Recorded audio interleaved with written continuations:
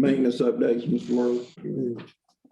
I would like to start out with the school, new school update.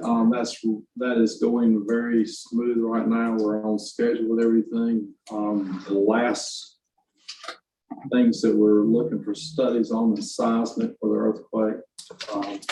We're doing a little bit of testing on that and doing that design. But as far as the school plans are done. They're ready to start submitting. Talked to Dr. Axton last week about getting committees together as far as looking at colors inside, the exterior colors, that type of thing.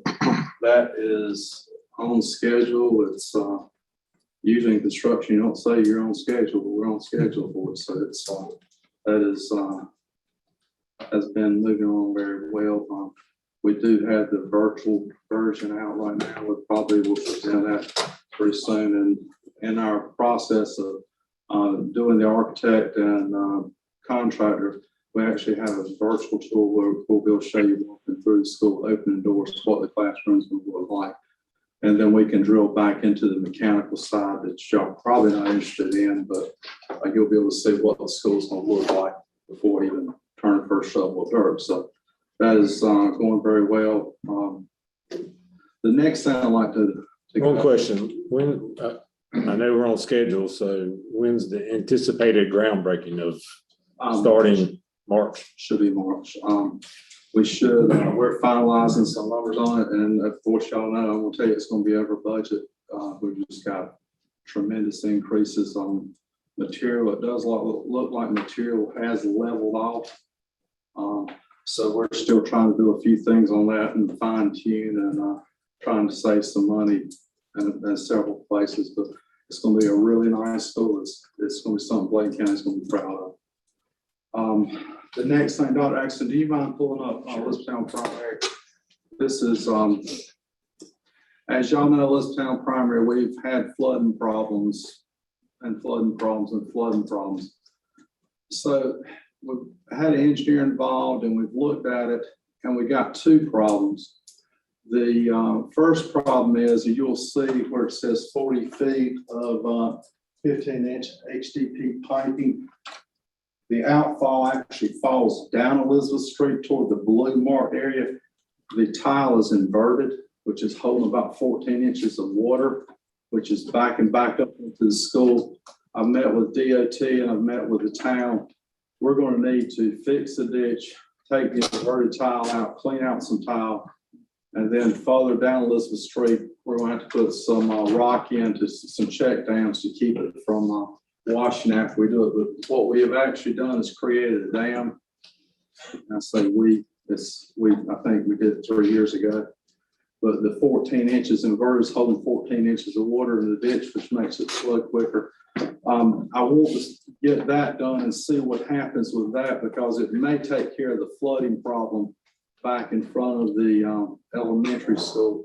If it doesn't, we've done the design on that. But right now, it doesn't make sense to do that process and then you're holding water where you're trying to drain it to. But it's kind of hard to explain these things, but we'll probably end up asking for lottery funds to fix this. And it's going to be somewhere around $18,000 to clean this ditch out and change the tile and go back and repave and that type of thing. We're not there yet, but it's pretty soon. I'd probably like to do it when we didn't have students on campus, maybe over Christmas break or something like that, because it's going to be pretty invasive when with all the machinery running and that type of thing. It'll probably take about a week to do it.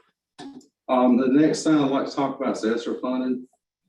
We've been blessed in Bladen County with the amount of Esther funding we've got. We're in the process right now of, we've already started the bid process for replacing a chiller at East Bladen and a chiller at Bladenburg Middle. That bid date's going to be on September 30th. So we'll have it ready for the next board meeting, but we use ESSER funds on that. Another project that we're going to use ESSER funds on is the Ellistown Middle School. We're going to do a complete remodel of that whole school. And we're going to change the HVAC system out. We're going to change windows out, doors, redo restrooms. We're going to add a fire alarm system to that school. It's never had a fire alarm system. You'll hear me talk about this a couple of times, the DOAS system. DOAS system is a gut cleaning system where we clean the air through ionization. And then we're going to put controls in. We've already started the process of that. Our controls, believe it or not, are pneumatic controls. Anybody knows anything about pneumatic? It's like a tire. You got air that's been sitting there since 1971, and half of them will work and the other half are not. So we have finally gotten into the process of the extra is going to allow us to go in and change the valves and put controls in so we can actually control the heat and cooling in that school. So it's going to be probably take about 1.5 years to do all this. We're also going to be changing the chiller in the gym, and that will be under Esther funds as well. And we've got some condensing units that are leaking that we're going to change.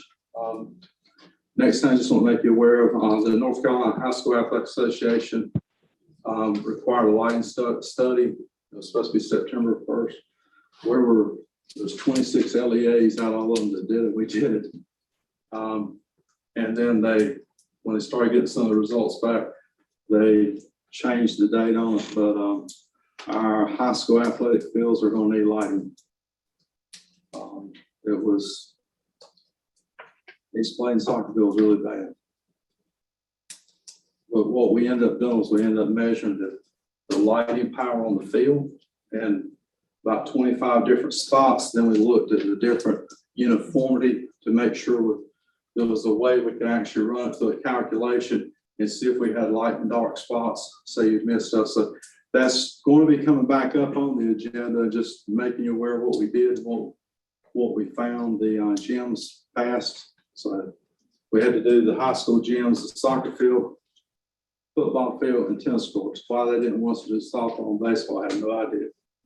But that report has been done. We're also starting to pull maintenance, pulling the backbone for the security systems of all of our schools so we can start putting our camera systems in.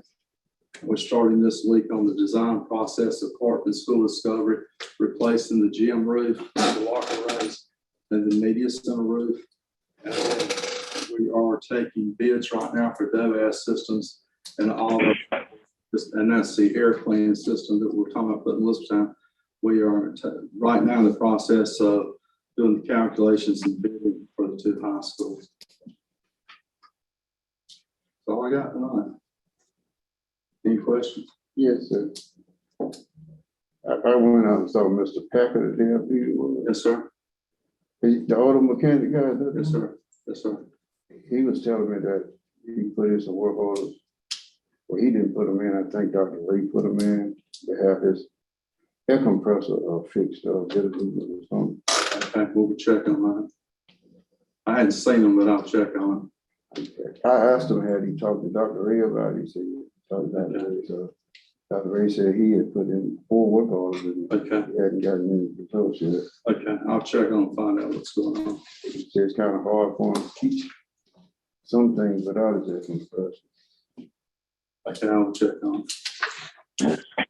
Mr. Worley, the work that you were talking about doing over at E-Town Middle, is that going to be us? Are we going to contract it out? Or? Well, we'll contract that because we got the amount of heavy equipment that we need. Have to have a track code, and then we would have to do hauling all the rock that goes with it, and then doing the asphalt work on it as well.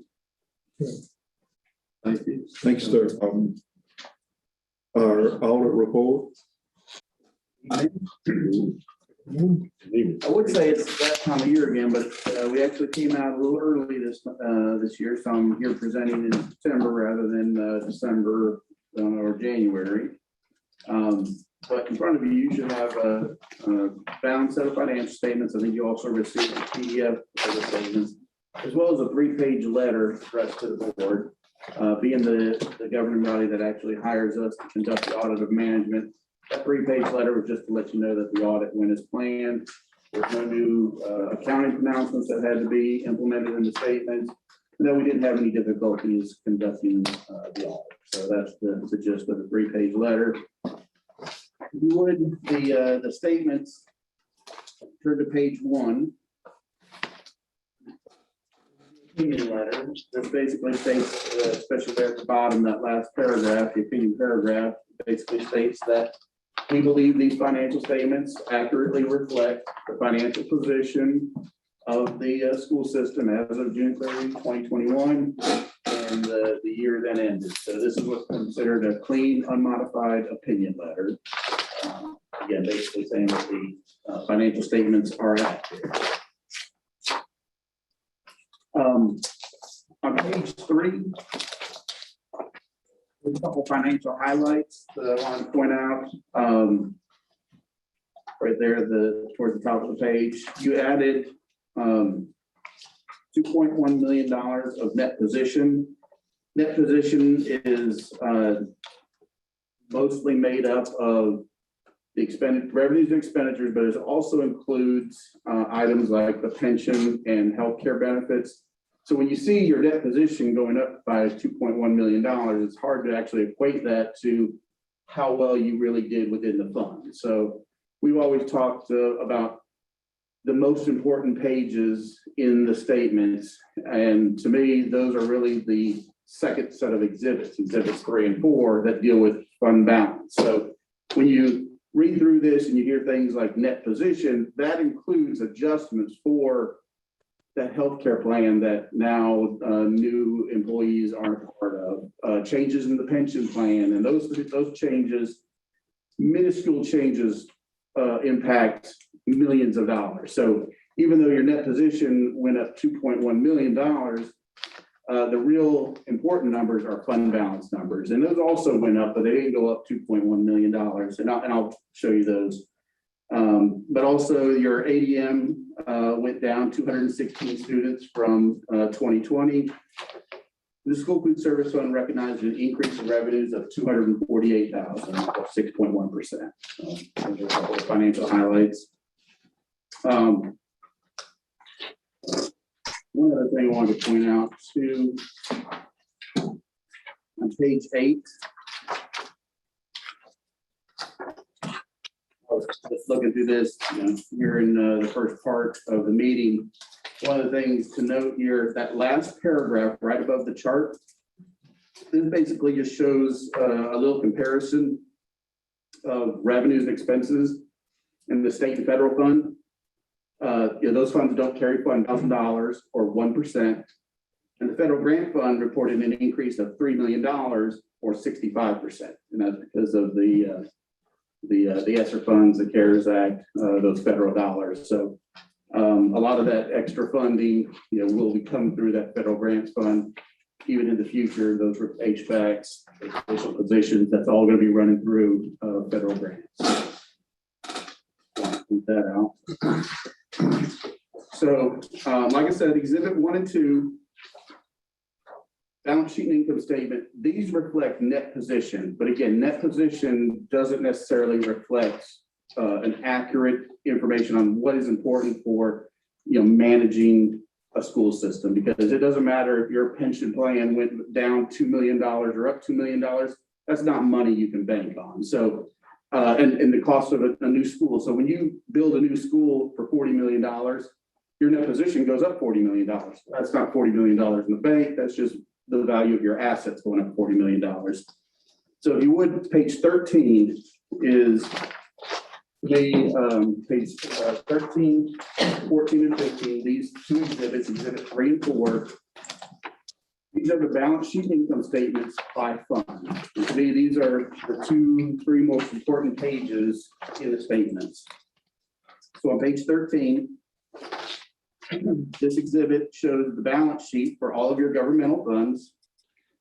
And at the bottom, $19,000. Your other special revenue was $1.7 million. Your capital outlay was $2.2 million, but $1.5 million of that is to be used only on Hurricane Florence repairs. So you received funding right after Hurricane Florence hit, was restricted for only hurricane damage. You received a lot of money and you're in the process of spending it. So you have spent some of that down. That number isn't as big as it was a year ago, but just be aware that of the $2.2 million in capital outlay, $1.5 million has to be used on Hurricane Florence money only. So your true self guided, your self-mandated capital outlay is really only 800,000. That's what you've earned and booked. In that fund. And the individual school funds have $432,000 at the school. Page 14, this converts fund balance to net position. So it kind of shows you how $5 million of fund balance becomes negative $26 million in net position. And again, that just kind of lends to exhibits 1 and 2, or anytime you read about net position, that's an accounting term that is for accountants. And if you were some type of a governing body that actually like issued bonds, then net position would be more important. But really, fund balance is really the value of the cash that you have available to appropriate in your budget. And so page 15, exhibit 4, shows the changes in that fund balance for the year. In the first column, the general fund, you added $166,000 of fund balance. So you were at $852,000, now at $1 million. The other special revenue fund, you actually added $800,000 to go from $922,000 to that $1.7 million of fund balance. The other special revenue fund houses all of your state and federal funding that comes through like NC pre-K, your Medicaid dollars. They're restricted for certain purposes and for their specific programs. And so they're not just readily available to fund anything.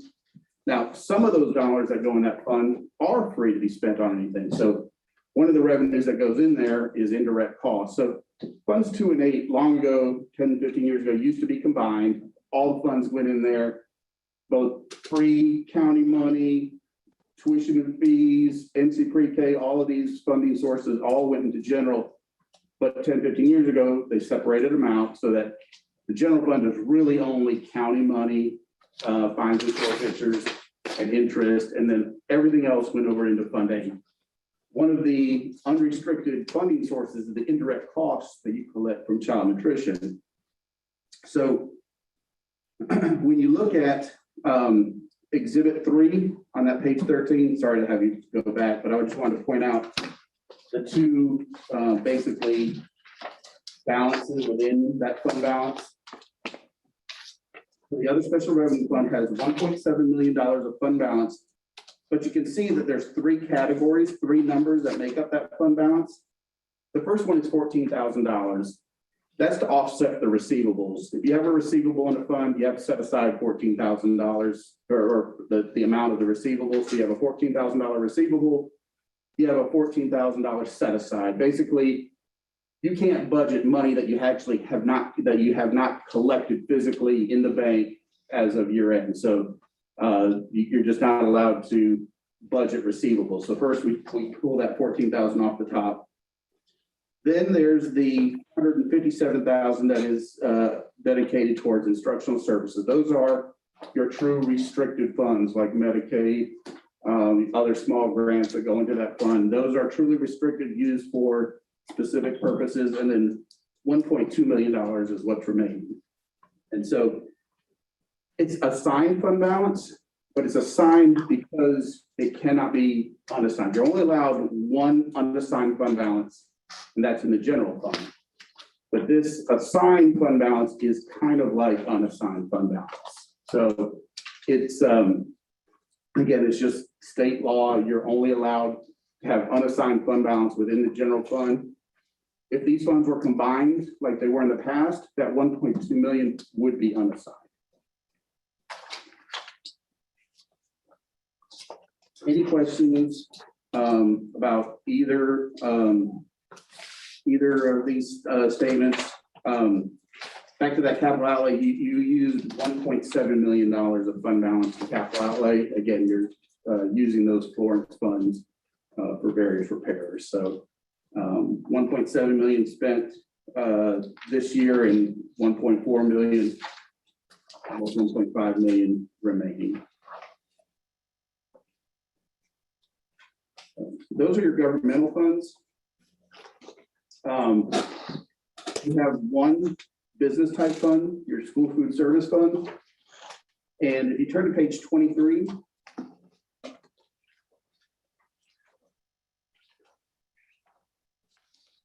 so the two important factors for measuring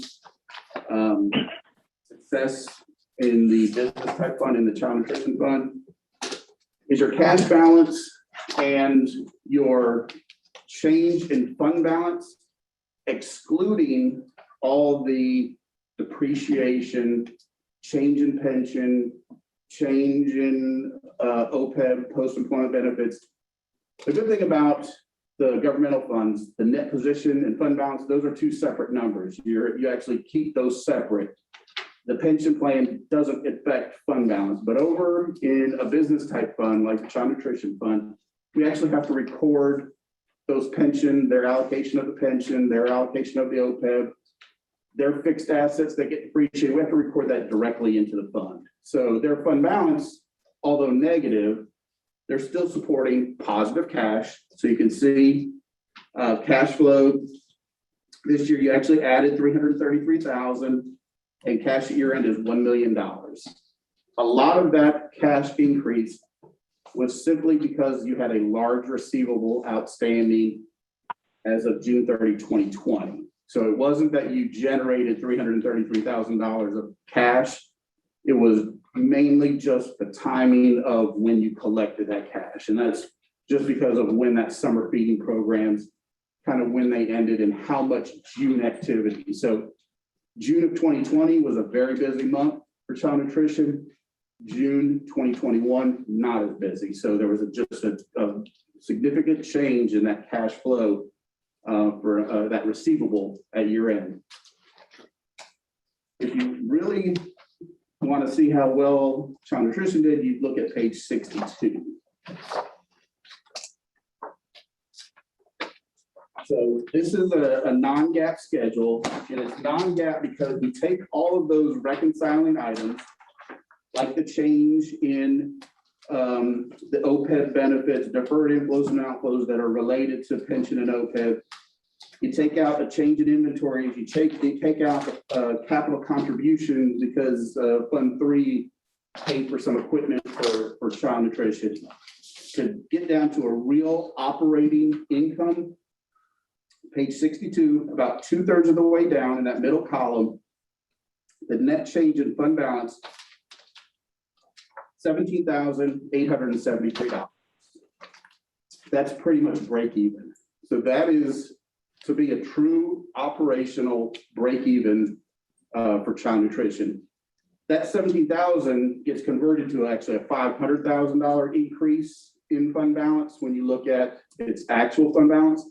But that's because that fund is changing in the fact that there are fewer and fewer salaries paid out of that because of the pandemic. And so their portion, their allocated percentage of the pension and OPEB go down. So that liability goes down. So it looks like they're gaining value, but really their liabilities are just going down. And these are liabilities that are not really liabilities of the fund because their pension and OPEB, they're state liabilities.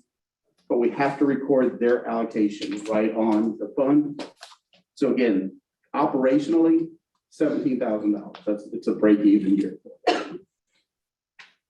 This is across the state. We're seeing participation down, but because of the summer feeding program, the reimbursement rates are higher. So although revenues went up 300,000, it's still a decline in participation, which does help as far as food costs. But if you're trying to pay the same number of employees on less money that you collected on a non-pandemic year, it's still a very challenging time. But luckily, they're able to break even while still paying $274,000 of indirect cost. So that's a major revenue source in that Fund 8.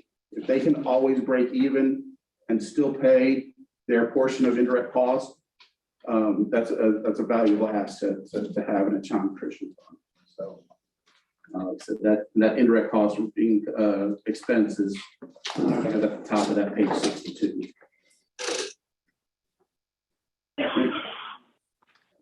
that. So what we skipped over is a lot of footnotes about your various accounting policies, detail on your changes in fixed assets. There's about 10 to 12 pages of detail on the various pension and OPEB benefit plans. If you have any questions about any of those, feel free to ask now or contact me anytime. But page 63 starts one of 3 letters. And these are essentially letters over internal controls, state compliance, and federal compliance. And these 3 are all clean, unmodified opinions on compliance and no identified significant deficiencies in internal controls. So these are, again, are 3 clean letters letting you know that we believe for the major programs that we audited on the state side and the federal side, we had no violations of compliance, and that we noted no weaknesses in internal controls over financial reporting or on compliance. So this year for the federal programs, we audited the child nutrition program and the education stabilization fund, the CARES Act, the ESSER funds. Those were your 2 major programs for federal. And for state, we audited the state public school fund, which we do every year. We also audited the CTE and NC pre-K program. No issues of non-compliance, no weaknesses in controls. That's really all I've got. Again, if there's any questions on any of it, answer. Again, if you're looking through this later on, have any questions, numbers at the bottom of each of these letters, happy to go through any of these statements if you want anytime.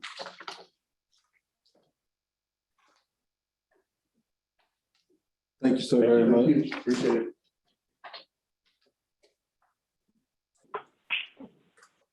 At this time, I need a motion to accept our consent agenda.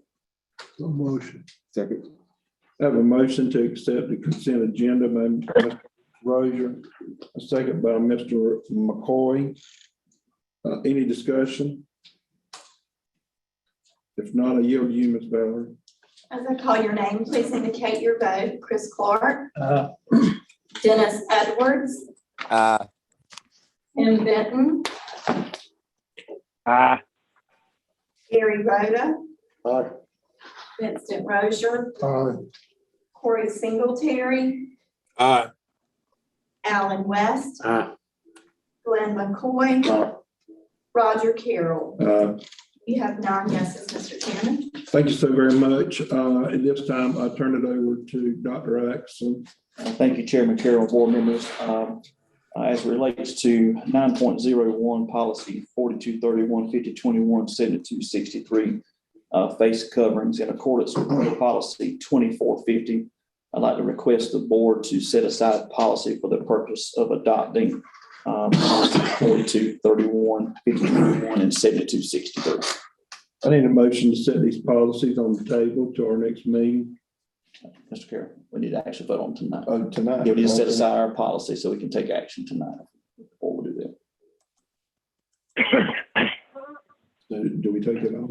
What are you asking? Mr. Crady, can't we set aside a policy to adopt these policies tonight? Suspend the policy? Yeah. Okay, so I need to suspend the policy. Vote to suspend the policy. Okay. On that, vote to suspend policy in accordance with policy 2450 so that we can take action on these policies tonight. We need a motion to amend the policy so that we can vote. We need to suspend our Suspend our regular policy board policy. so that we Thank can you. take action on these. Yes, suspend our regular policy so we can take action tonight on these policies listed before us here on 9.01. Do I have a motion? I have a motion to suspend policy 2450. Go forward on the policy stated tonight. I have a motion. Do I have a second? Second. I have a second by Mr. Alan West. Any discussion on suspending policy 2450 so we can carry on? If not, I yield to you, Ms. Valerie. As I call your name, please indicate your vote. Chris Clark, Aye. Dennis Edwards, Aye. Tim Benton, Aye. Gary Rhoda, Aye. Vincent Rozier, Aye. Corey Singletary,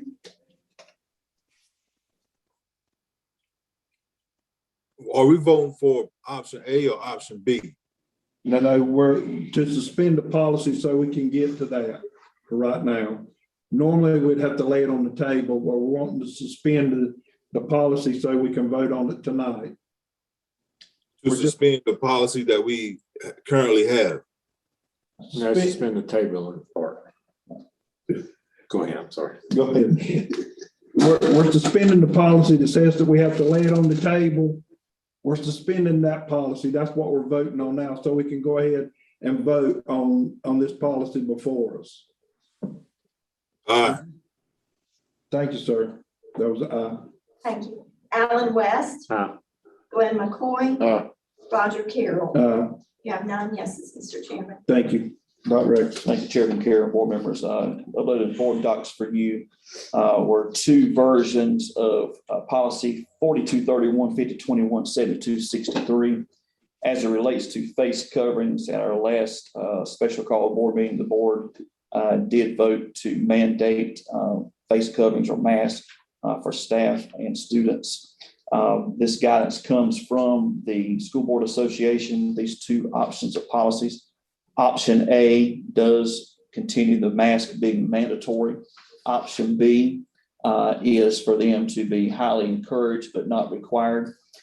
These two policies are in accordance with the passage of Senate Bill 654, which requires the board to take action to adopt the policy and to take action on a monthly basis as it relates to face covering. So what we need tonight is for the board to determine if they will go with option A on this policy, which continues to require masks. If that is passed, we bring it back up on a monthly basis as required by Senate Bill 654, or option B, which is face coverings optional.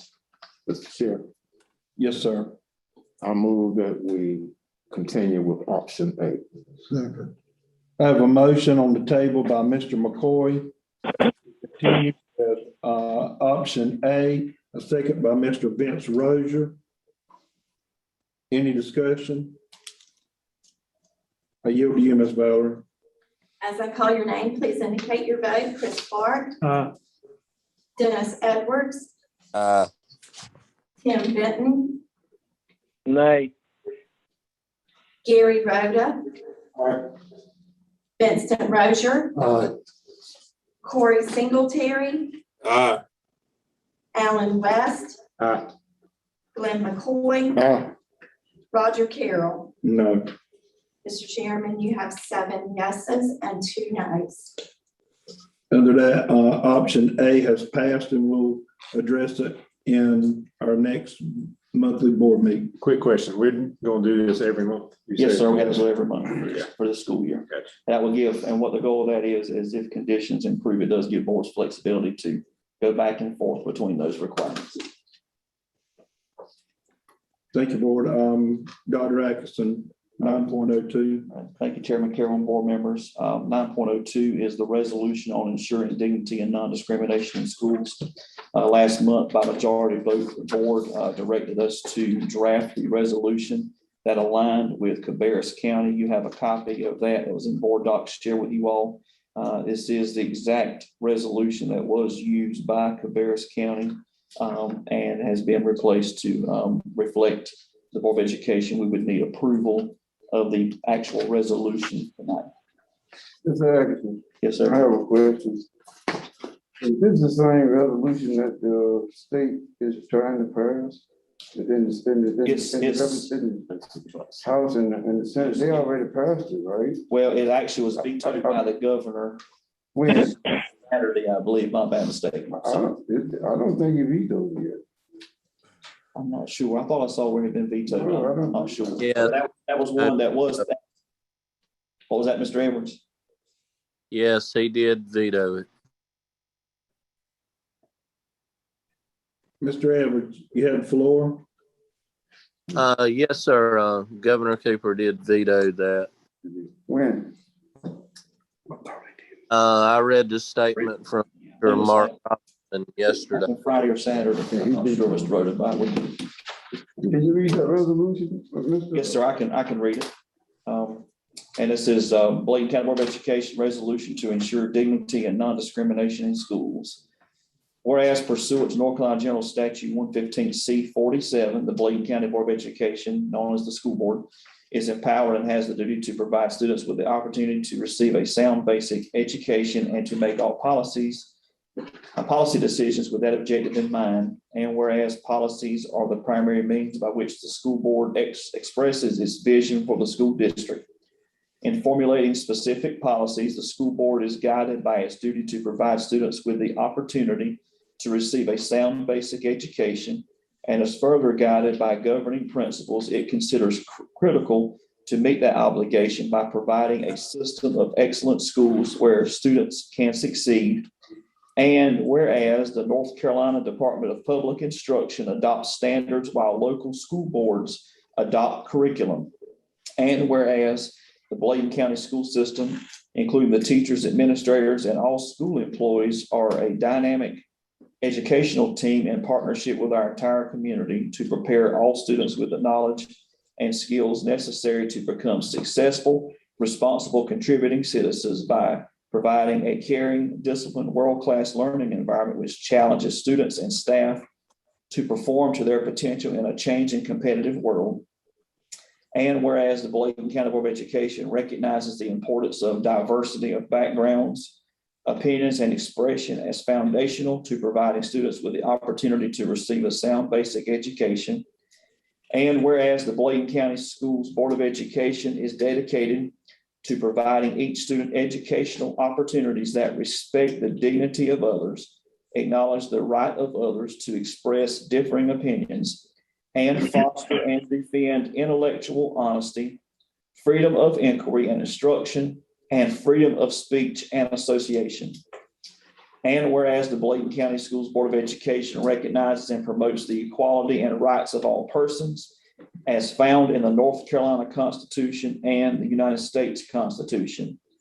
And whereas it is the intent of the Bladen County Schools Board of Education to uphold the laws of the land and specifically encourage the Bladen County students to learn that all persons are created equally, that no race or sex is inherently superior to another, and that no individual by virtue of his or her race or sex is inherently racist. Now, therefore, be it resolved by vote of the members of the Bladen County Board of Education at a duly called meeting held on September 13, 2021, the Bladen County School Board and Bladen County School District for the aforementioned reasons will promote: 1, that one race or sex is not inherently superior to another race or sex. 2, that an individual solely by virtue of his or her race or sex is not inherently racist, sexist, or oppressive. 3, that an individual should not be discriminated against or receive adverse treatment solely or partly because of his or her race or sex. 4, that an individual's moral character is not determined by his or her race or sex. 5, that no individual solely by virtue of his or her race or sex bears responsibility for actions committed in the past by other members of the same race or sex. 6, that no individual solely by virtue of his or her race or sex should feel discomfort, guilt, anguish, or any other form of psychological distress. And 7, that the United States comprises of persons that are all created equal. So what's the purpose of this, Mr. Evans? I was directed last month to bring the resolution that Cabarrus County had done. I think we've had, that I know of, Moore County, Cabarrus, and I think it's Brunswick County has done either a policy change or resolution or that. And again, that was with the legislation was pending. Now the legislation on a bill that's titled Ensure Dignity and Non-Discrimination Schools was the one that's been vetoed at this point. Mr. Evans, I really don't see the purpose of this because it's against the law to discriminate federally. Right. The state, you can't discriminate, and you can't do it in this county. Right. So what's the purpose of this? I really don't see the purpose. It's against the law for you to do that. It's a federal law. Well, Now we're here doing a resolution that's already against the law. And sexual discrimination is against the law also. So why are we here doing this? first off, we need to, Mr. Rhoda, we need to, before we discuss this, we need to see if we have a motion even to accept this resolution or not. So at this time, I will call for a motion to accept this resolution read by Dr. Atkinson. Motion to approve. I have a motion by Mr. Dennis Edwards. Do I have a second? Second. I have a second by Mr. Tim Benton. We now open it up for discussion. Well, I already discussed my side already. It's against the law for us to discriminate anyway. Title 9, Title 7, or all those other titles. And we have board policy where we're supposed to treat everybody with respect, even though we don't do it, but we're supposed to. And it's against the law not to. Any other discussion? If not, I yield to you, Ms. Valerie. As I call your name, please indicate your vote. Chris Clark. Dennis Edwards. Aye. Tim Benton. Aye. Gary Rhoda. Nay. Vincent Rozier. Nay. Corey Singletary. Nay. Alan West. Aye. Glenn McCoy. Nay. Roger Carroll. No. We have 5 noes and 4 yeses, Mr. Chairman. Thank you very much. This resolution will pass. 5 no's or 5 yeses? 5 yeses. 5 years. I'm sorry, 5 I had yeses. it. 5 yeses, 4 no's. Beg pardon, 5 yeses, 4 noes. At this time, Dr. Atkinson, 9.03. Thank you, Chairman Carroll and board members. We will need to designate a change agent for the new Tar Heel School project. That would be to review any change orders on behalf of the board and to also review any of those plans that may be coming, that if there's any discussions, or would bring that to the attention of the board. And we would like to ask that the board designate Mr. Rusty Worley, our Director of Maintenance, as the change agent for the new Tar Heel School project. Make a motion that we accept, that we select Mr. Worley. Second that motion. I have a motion by Mr. Vincent to accept Mr. Worley as the change agent. A second by Mr. McCoy. Any discussion? I yield to you, Ms. Valerie. As I call your name, please indicate your vote. Chris Clark. Dennis Edwards. Aye. Tim Benton. Aye. Gary Rhoda. Aye. Vincent Rozier. Aye. Corey Singletary.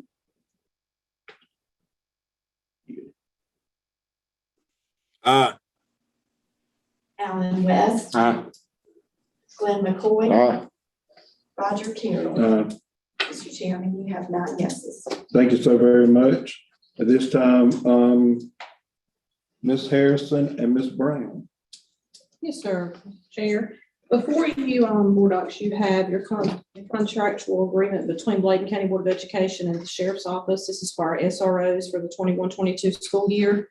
The amount of payments is $369,323, which is the same. And we're just asking approval of this contract. Ms. Harrison later asked us to accept the contract from the Sheriff Department. Do I have a motion? Motion to approve. Second. Have a motion and a second. A motion by Mr. Dennis Edwards, a second by Mr. Alan West. Any discussion? Where are these SROs? What schools are they at? Brown, can you share that, please?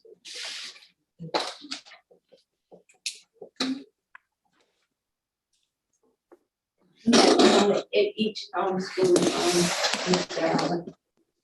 You share the assignments for The assignments are Cedric Jacobs at Emerald, Joey Todd at BCC, Renee Bryant, Matt Long and Mr. Ratliff at West Bladen, Tar Heel, Dublin, and Plainview. Daniel Miller and Ms. Moore are at East Bladen, Ellistown Middle, and East Arcadia. We have Linda Board, Bladenburg Middle, Bladenburg Primary, and Mr. Bullshaw and Willoughby at Ellistown Primary. and Bladen Lake. So we're paying Ramrose? No, That's just the master list. They that's gave a us. master list. I'm sorry. Now, This says 6 people. Is there more than 6? Right now. Right now, we have more than 6 people, Okay. So we're gonna have but we're less. only paying for 6. Oh, And okay. this does not include the position with Mr. Turtle anymore. That doesn't exist anymore. so is this a guarantee that they will be at these schools? Supposed to be a guarantee. We sit down and talked about it, and they're supposed to keep 6 deputies at all times, along with Signal 92, So, Ms. Highway Brown, Patrol, and the Ellistown Police Department. excuse me, So there's some going, like, traveling to different schools, I guess, right? so the head guy that was doing all that, what would we paying that guy? What you say his name is? Turling? Mr. Turtle, What would we paying this guy? we were paying half his salary. And how much is that? What was it, Ms.? Pull it. I'm not sure. And what we've asked them to do is give us a quarterly bill and to itemize that bill because they rotate in and out. When they have someone short, they put someone else in. So that is what we're presenting. So when we get half of that money, we get that half back, then what are we gonna do with that? We get another position or something? No, That was just paid out of local it funding. was paid out of local funds. Okay. Special approval. So what happened to that 396,000 that we gave the sheriff's office this past year, and we only had 3 SROs in our school? I mean, that's what I mean. It's good to go visit the sheriff at the sheriff's office, have a meeting with him. But this is my reason for I wanted the sheriff to be here at this meeting today, so we can ask him some questions.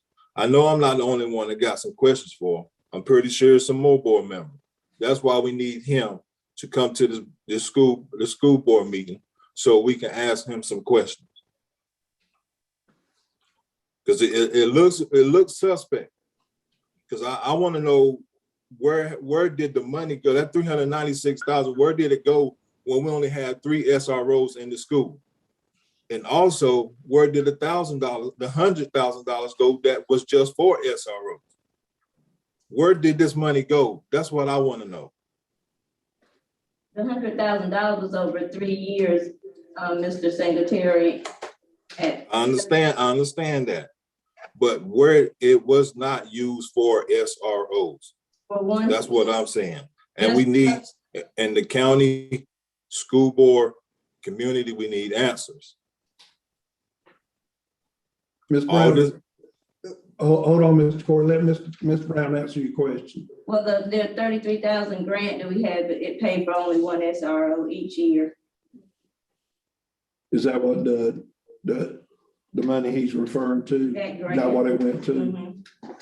So it paid the full salary? of It did not, one- it was not enough to pay the full salary. Okay. Go ahead, Mr. Secretary. we have never paid the full salary of SRO. Half of it came from the sheriff's office, and half of it came from the school board. We pay SROs, we pay 2 SROs out of local funding and 4 SROs out of state funding, including 1 that is for the grant that we've paid for the last 3 years. So 1 SRO was paid out that grant. That's right. It's only $33,000 a year that we receive.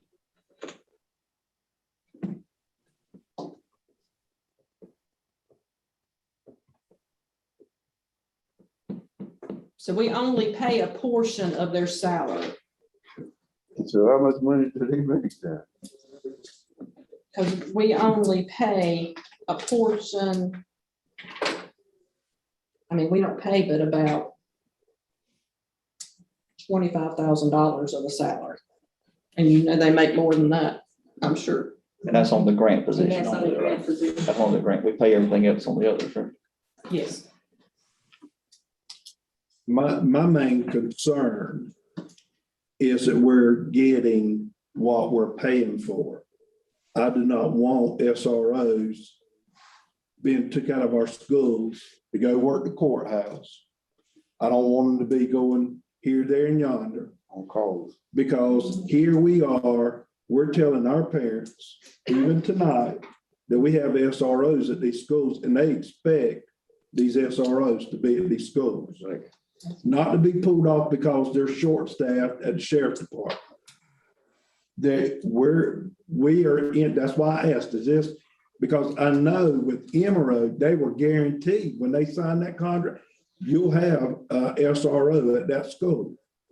And I want to make sure that we have the same guarantee that if somebody's out sick, somebody's going to fill that place, but it's got to be an SRO, if I'm not mistaken.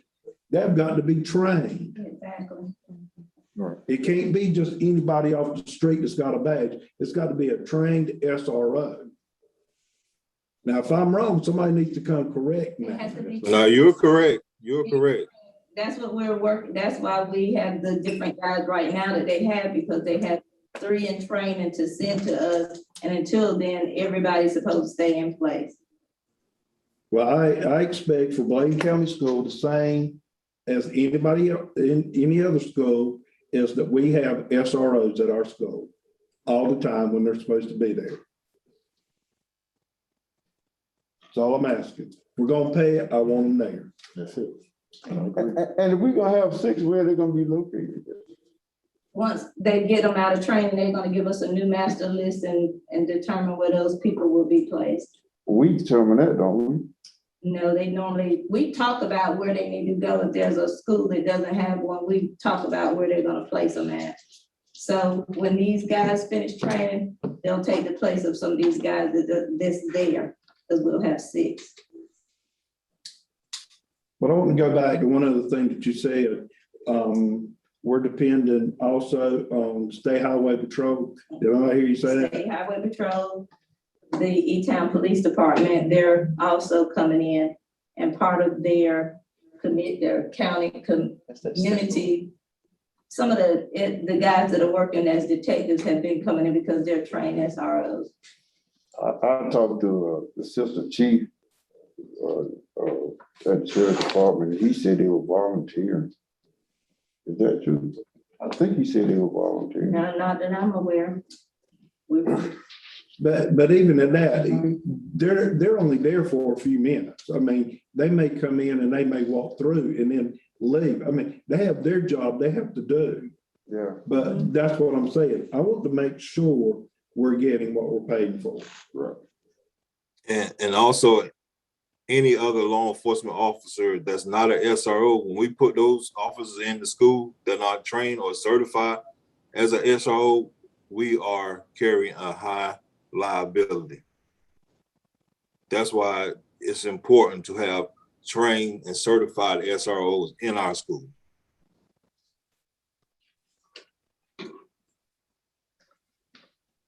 Any more discussion?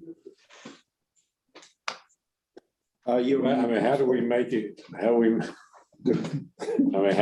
ask for a guarantee? I mean. Well, that was what we asked for. We asked Gotta for. put it, I mean. They got one in Emerald. I mean, he just flat out said, we guarantee that you'll always have an SRO at Emerald. So I want the same guarantee for our school.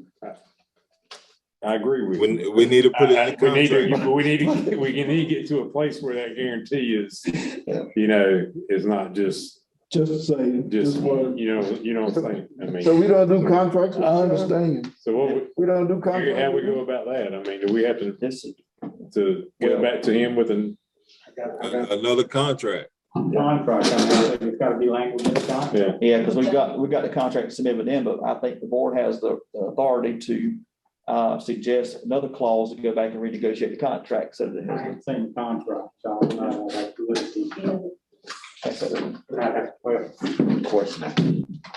It's the same one they've used. It's the same one over they- the last few years Yeah. that was sent to us.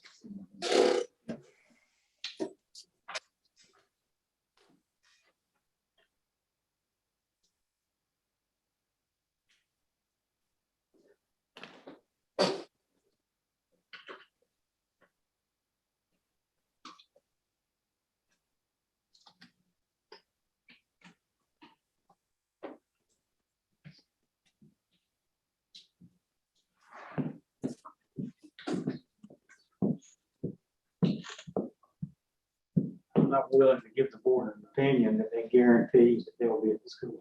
I'm not willing to do it. Say what, Gary? I'm not willing to give the board an opinion that that contract requires them to be at the school full time. So we need to renegotiate. I mean, I don't know what your situation is on the time frame, but I don't know if you have to have it approved tonight or there's no No, delay. No, sir, we don't have to have it And if approved it's tonight. not approved tonight, I would suggest if the board wants me to look at it, put it on the table, and I'll be glad to look at it and advise the board of the next board. I believe that's what we need to do. That would have to go back to, Mr. Dennis and Mr. Allen. Is that, did y'all not? There is a motion on the. Who made the motion? I can't remember. I think I Dennis. thought Dennis did, and you made the second. I made I'll rescind my second. Mr. Edwards, my motion. you rescind your motion. Yes, sir. Thank you very much. At this time, we'll table this and ask for it to be brought back up. Do we need to You need vote on it? We need a to, motion to table. yeah, okay. I have a motion by Mr. McCoy to table. Have a second by Mr. Chris Clark. Any discussion? Yeah, I want to say something. Can we see what a contract would look like that would satisfy us? Can we? I mean, I'll see if I can get some similar contracts, maybe that other school boards are using, see if there's some contracts that are a little more specific. yeah. I'll try to do that. Okay, thank you very much. Any more discussion? Yes, Mr. Carroll, is there any way that I can get an itemized list of that $100,000 that was gave to the sheriff's office and as well as the $396,000 that was gave to them this year? Yes, we can get, Ms. Harrison will get that to you, Mr. Singletary. And Ms. Harrison, just send it to all board members. Thank you very much. Any more discussion? I just want to say, I mean, we need SROs in the schools. I mean, especially with, we've had some things happen, especially close by. I mean, we gotta have them. I mean, whatever we need to do, we gotta have them in the school systems. So. Correct. Chris Atkins, do we have a lot of problems in the elementary schools? That's like what we need in SRO? Well, sometimes there may be a challenge with, sometimes we have custody issues that may come up. Every once in a while, maybe a situation with a parent being unruly in a building. Very seldom a lost up the students, but a lot of things that come for child custody where you've got two parents there arguing about who's going to sign a child out. So a lot of times they have to respond to, that's mostly what we get in the elementary side at this point. Any more discussion? I yield to you, Ms. Valerie. As I call your name, please indicate your vote. Chris Clark, Dennis Edwards, Tim Benton, Aye. Gary Rhoda, Aye. Vincent Rocher, All right, Corey Singletary, Alan West, Glenn McCoy, Roger Carroll. Mr. Chairman, you have 9 yeses. Thank you very much. At this time, I turn it over to Dr. Bladen. In your packet, you have a list of qualified observers that we're recommending these individuals would be used to observe teachers that were placed on mandatory improvement plans. You have your list. I need a motion. Motion to approve. I second the motion. I have a motion by Mr. Allen West and a second by Mr. McCoy. Any discussion? Ms. Bailey, what you say you're gonna do now? They be used to observe teachers that were placed on mandatory improvement plans. Thanks so very much. Passed.